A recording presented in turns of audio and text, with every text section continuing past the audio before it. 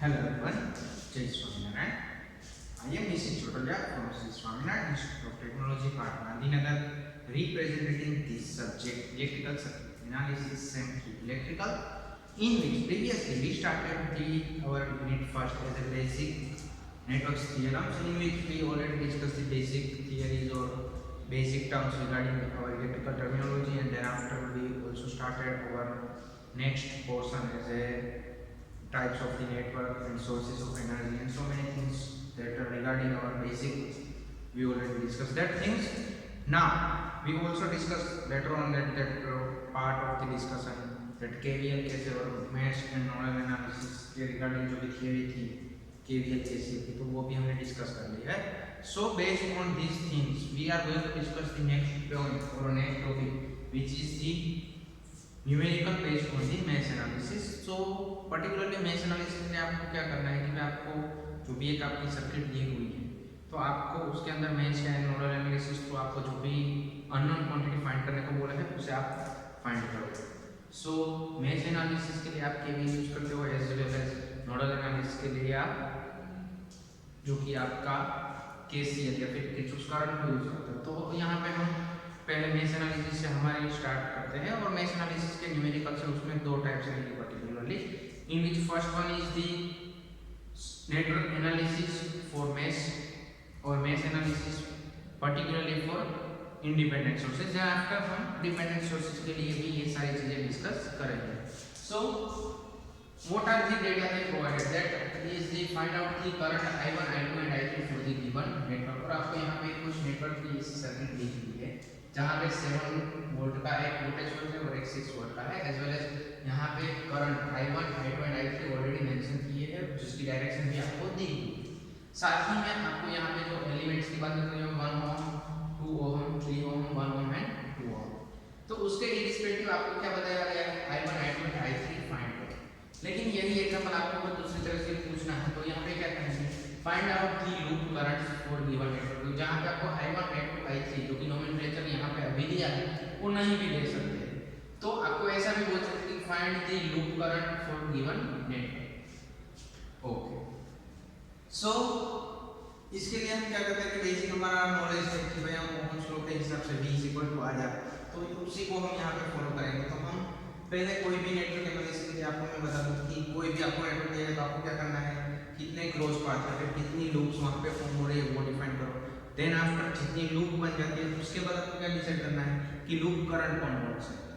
One another thing, सारे element in each and every element what is the particular current is there और current flowing from that element. Next is sources of energy as a voltage and the current. If they are dependent then how it correlate with the other terms.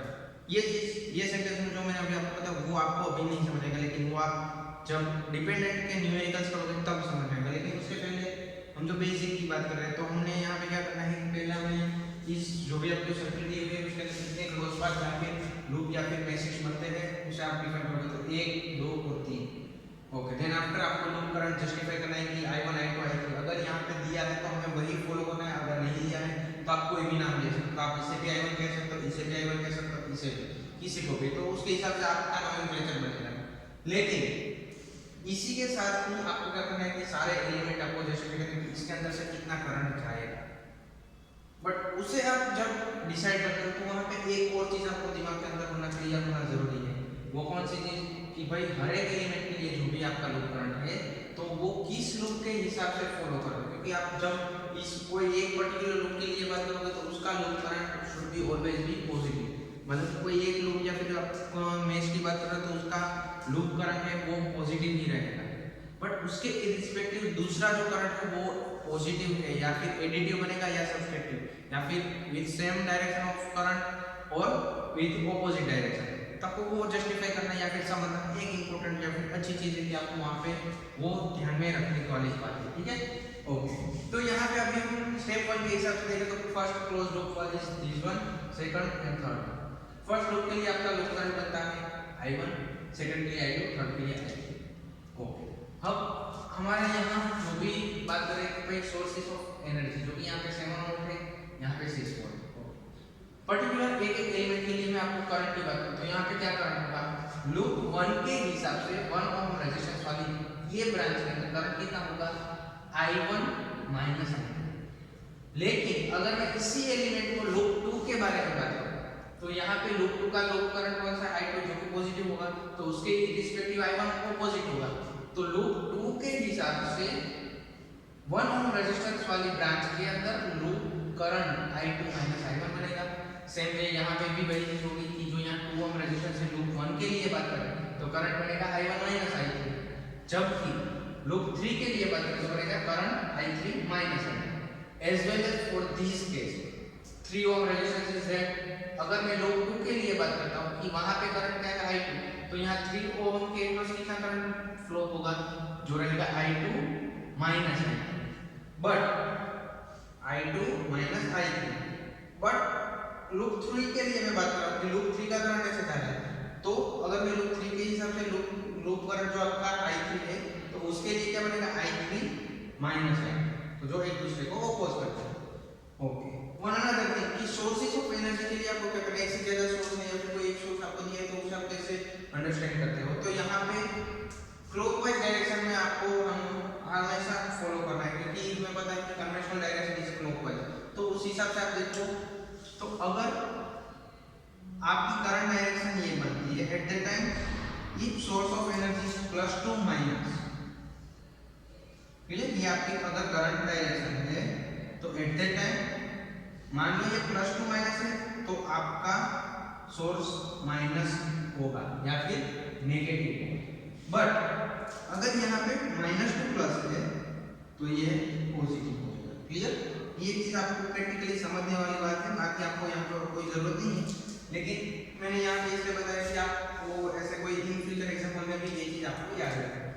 तो अब हमारे तीन loop के लिए loop equation की हम बात करें तो लूप इक्वेशन क्या बनता है, for first element 1 into I1 minus I2 plus 2 into I1 minus I3 is equal to, अब आप देखो क्लॉकवाइज जा रहा है, प्लस सामने आया तो नेगेटिव, मतलब कि नेगेटिव 6 वोल्ट, साथ ही में यहाँ पे नेगेटिव टू पॉजिटिव है मतलब कि प्लस होगा, और कितने वोल्ट 7 वोल्ट, तो इक्वल टू के सामने आपके वोल्टेज जो भी सोर्स ऑफ एनर्जी है वो कितना बनेगा, 7 माइनस 6 या फिर माइनस 6 प्लस 7 कोई भी आप लिख सकते हो, क्योंकि इसका आपको फाइनल न्यूमेरिकल वैल्यू सॉल्व करके ही लिखनी है।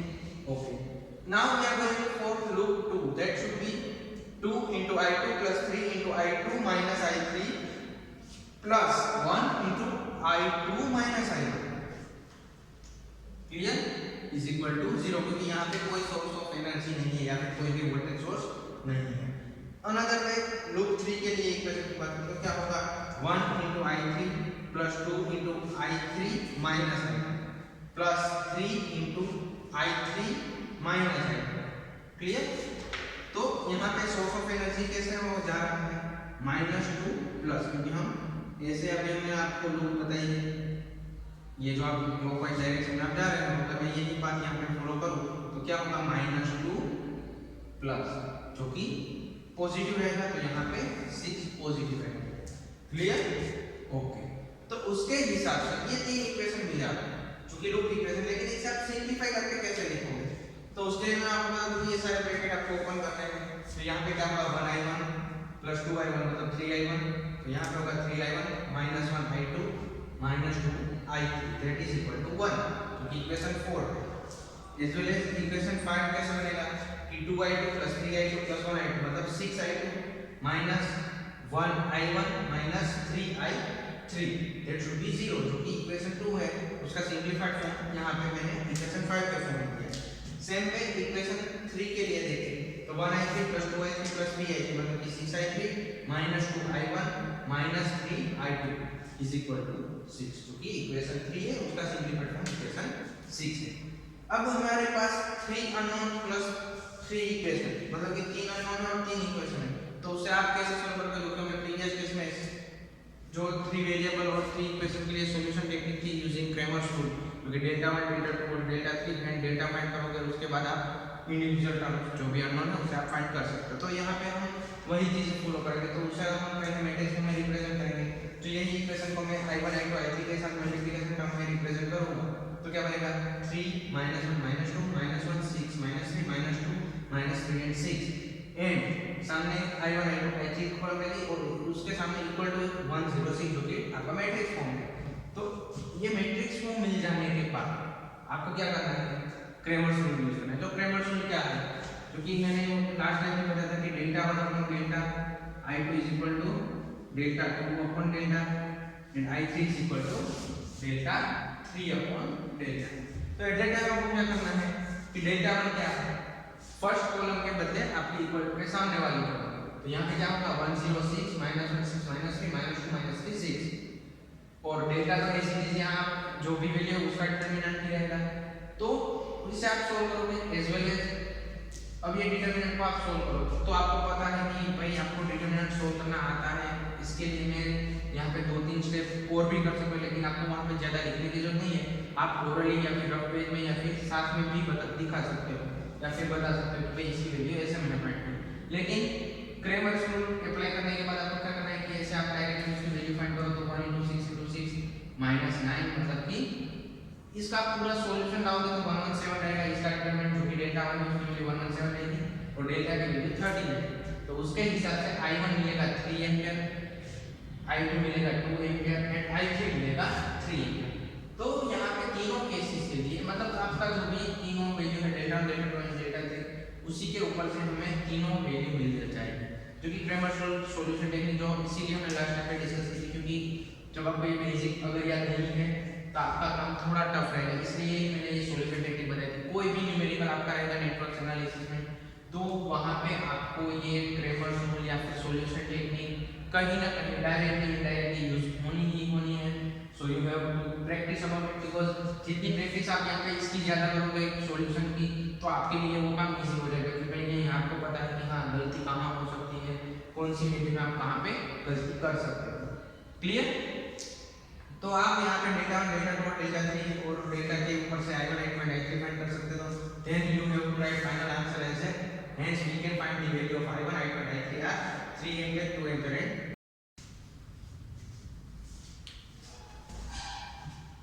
यहाँ पे मैं आपको एक और चीज बताना चाहूंगा कि भाई यहाँ पे i1 i2 और i3 की value 3 ampere 2 ampere and 3 ampere respectively जो हमें मिली वो आपको फाइनल आंसर के फॉर्म में लिख देनी है। यहाँ पे हमारा न्यूमेरिकल कंप्लीट हो जाता है। इसके बाद जो भी डिपेंडेंट सोर्स के रिगार्डिंग न्यूमेरिकल्स करेंगे या फिर करंट सोर्स के साथ ये न्यूमेरिकल करेंगे तो हम डिस्कस नेक्स्ट सेशन में करेंगे।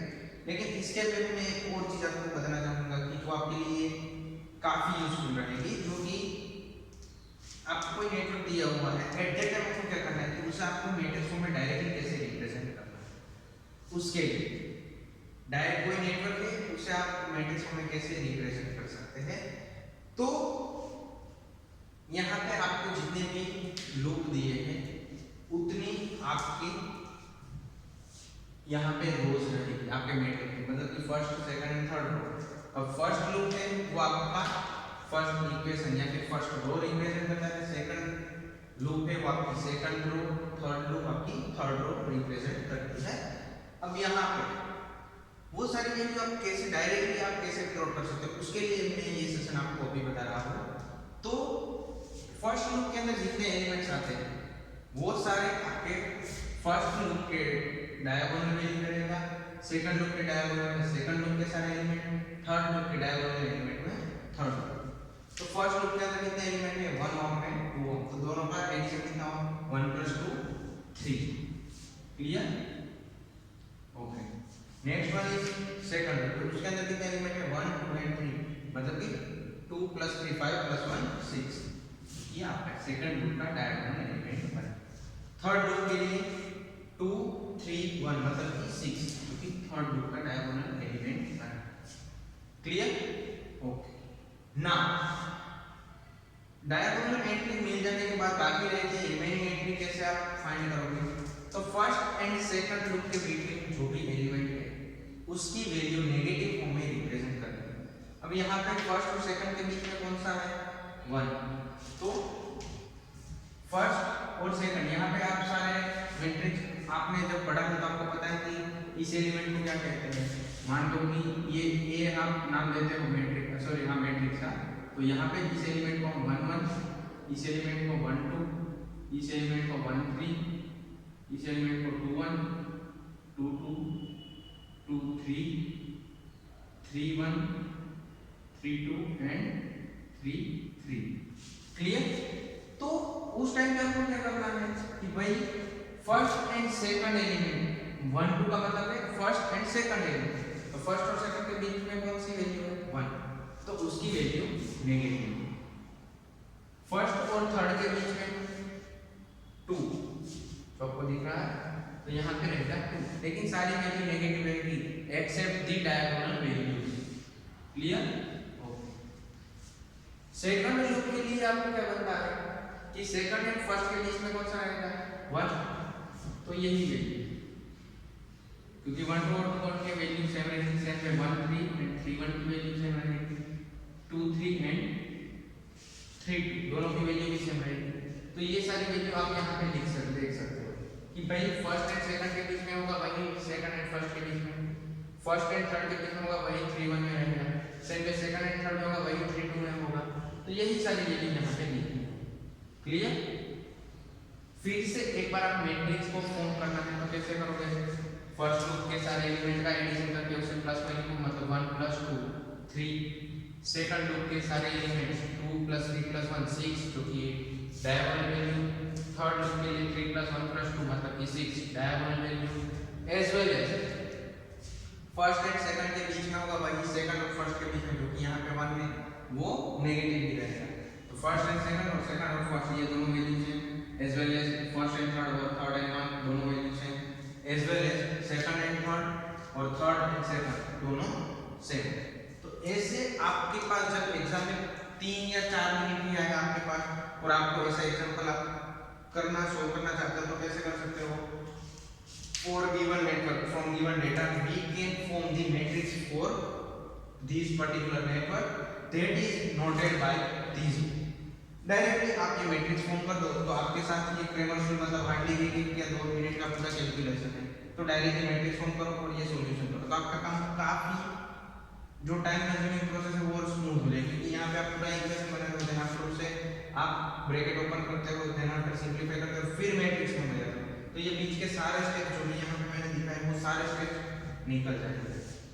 एग्जाम में आप ये चीज ना करो तो भी चलता है, करो तो भी अच्छा, लेकिन यहाँ पे तो आपको आना ही पड़ेगा मैट्रिक्स फॉर्म में, क्योंकि आप डायरेक्टली करोगे तो आपका टाइम कंज्यूमिंग प्रोसेस थोड़ा कम हो जाएगा।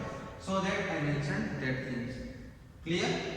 ओके, तो यहाँ पे हमने जो आपकी मेश एनालिसिस की जो फर्स्ट मेथड थी कि भाई कोई भी आपको सोर्सेस ऑफ वोल्टेज प्रोवाइड किए जो कि इंडिपेंडेंट है, उसके हिसाब से जब आपको नेटवर्क एनालिसिस में आप कोई नेटवर्क में करंट की वैल्यू फाइंड करनी है तो कैसे कर सकते हैं। नेक्स्ट एग्जांपल हम लेंगे, उसके अंदर हम करंट सोर्सेस लेंगे जो कि इंडिपेंडेंट ही होंगे, लेकिन करंट सोर्स लेंगे और उसके ऊपर से कोई आपको अननोन फाइंड करने का कहा होगा तो वो फाइंड करेंगे। Then after we will move on to next point और next topic that is particularly about the dependent sources, तो वो हम बाद में देखेंगे, लेकिन इसके पहले अभी जो हमने डिस्कस किया उसमें आपको शायद कोई डाउट नहीं होगा।